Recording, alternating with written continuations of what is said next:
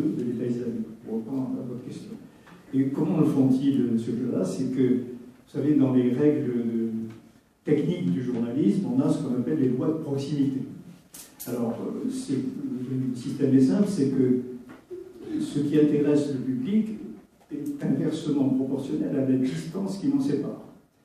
Et il y a des domaines géographiques, et c'est évident, ce qui se passe de l'autre côté de chez nous intéresse plus que ce qui se passe à Pékin, dans un premier temps, mais aussi de la proximité affective, la proximité de notoriété. Et du coup, on oublie complètement le nom du jeune Américain qui a été décapité, et on ne retient qu'un Français, puis peut-être un deuxième, qui est là-dessus. Et ça tourne en boucle sur les médias français, pour reprendre cet exemple, et on fait une promotion extraordinaire à l'État islamique.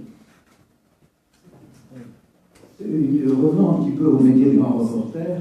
Quelles sont les difficultés auxquelles sont confrontés les journalistes de terrain comme vous? Vous êtes allé récemment au Liban pour appréhender et contacter les djihadistes. Des difficultés évidentes d'abord, parce que c'est aller au rapprochement, aller faire un reportage, interviewer les djihadistes. Bon, c'est évidemment totalement impossible, parce que les risques sont tels que c'est pas possible. Et ceux qui ont essayé de s'en rapprocher, on peut s'en rapprocher encore à rencontrer en Turquie, pas très loin de la frontière avec l'Irak. Mais là, les risques, on ne va pas y revenir, on les connaît, un enlèvement, etc.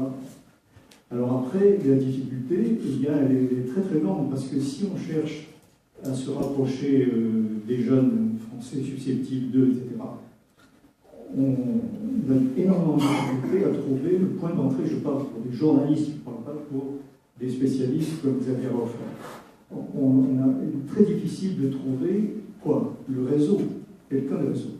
Alors, moi, à un certain moment, j'avais des très bons contacts avec des jeunes Français convertis relativement récemment, mais prônant le tablir, prônant des modes non violents, finalement, de propagation de l'islam.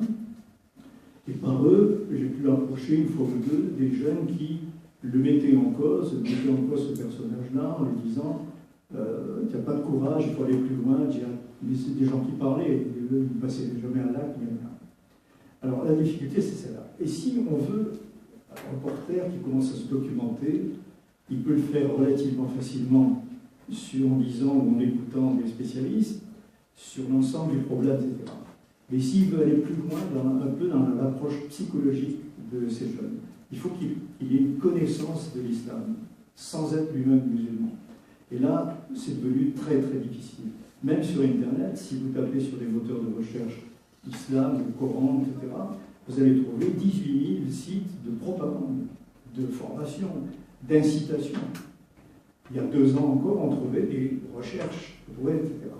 Il y a cette impossibilité quasi parfaite d'avoir une approche critique de la religion musulmane sans être soi-même musulman, défendant d'une des écoles, etc.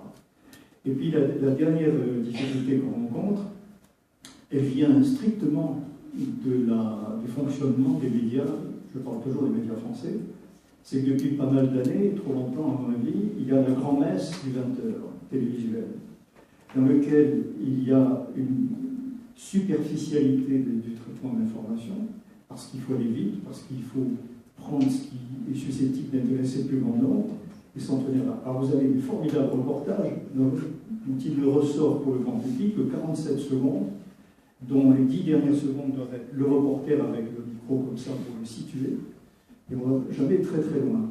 Les grands reportages, les écrits des journaux comme Le Monde, Libération, qui vont plus loin dans la recherche d'un grand reportage terrain, qui est une toute petite minorité.